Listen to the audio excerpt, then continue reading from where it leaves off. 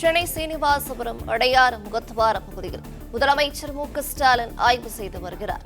கூடுதல் விவரங்களை தருகிறார் செய்தியாளர் ராஜகுமரன். வணக்கம், விவரங்களை சொல்லலாம். அடையாறு ஆற்றினுடைய முகத்துவார பகுதியை தொடர்ந்து இரண்டாவது நாளாக இன்று காலையிலும் முதலமைச்சர் ஆய்வு மேற்கொண்டிருக்கின்றார். அடையாறு ஆற்றினுடைய முகத்துவார பகுதியான சீனிவாசபுரத்திலே தண்ணீர் எந்த தடையும் இல்லாமல் கடலில் சென்று கலக்கக்கூடிய விதமாக தூர்வாரக்கூடிய பணிகள் வேகம் எடுத்திருக்கின்றன. அவற்றையும் முதலமைச்சர் பார்வையிட்டிருக்கின்றார். ஏற்கனவே அதற்கான பணிகள் நிறைவுற்றிருந்தாலும் தற்பொழுது வடகிழக்கு பருவமழை வேகம் எடுத்திருக்கக்கூடிய சூழ்நிலையில் மீண்டும் அந்த தூர்வாரக்கூடிய பணிகள் செய்யப்பட்டு வருகின்றன. அவற்றை பார்வையிட்டிருக்கக்கூடிய முதலமைச்சர் ஒரு சில அறிவுறுத்தல்களை அங்க இருக்கக்கூடிய அதிகாரிகளுக்கும் வழங்கியிருக்கின்றார். ஏனென்றால் அடையாறு ஆற்றின் வழியாகத்தான் சென்னை மாநகருக்குள் வரக்கூடிய அந்த தண்ணீர் என்பது பெரிய அளவிலான வெள்ளப்பெருக்கை ஏற்படுத்தக்கூடிய சூழல் கடந்த காலங்களில் இருந்தது.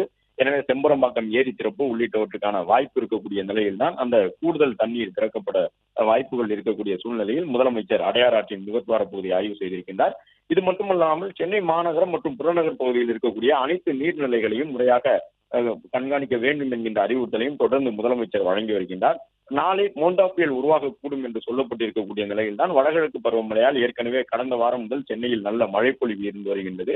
இந்த நிலையில் அடையாறு, கூவம், கொசஸ்தலை உள்ளிட்ட ஆறுகள், பக்கிங்காம் கால்வாய் உள்ளிட்ட நீர்நிலைகள் உள்ளிட்டவற்றில் எல்லாம் எந்த வகையிலும் தண்ணீர் தேங்காமல் தொடர்ந்து வழிந்து ஓடக்கூடிய விதமாக முகத்துவார பகுதிகளை தூய்மையாக வைத்துக் கொள்ள வேண்டும் என்று முதலமைச்சர் அறிவுறுத்தல் வழங்கியிருக்கின்றார்.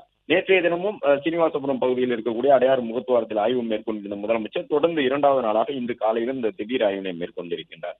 பிளே ஸ்டோர் மற்றும் ஆப் ஸ்டோரில் இருந்து பாலிமர் செயலியை QR கோடு மூலம் பதிவிறக்கம் செய்யுங்கள். செய்திகளை உடனுக்குடன் பெறுங்கள்.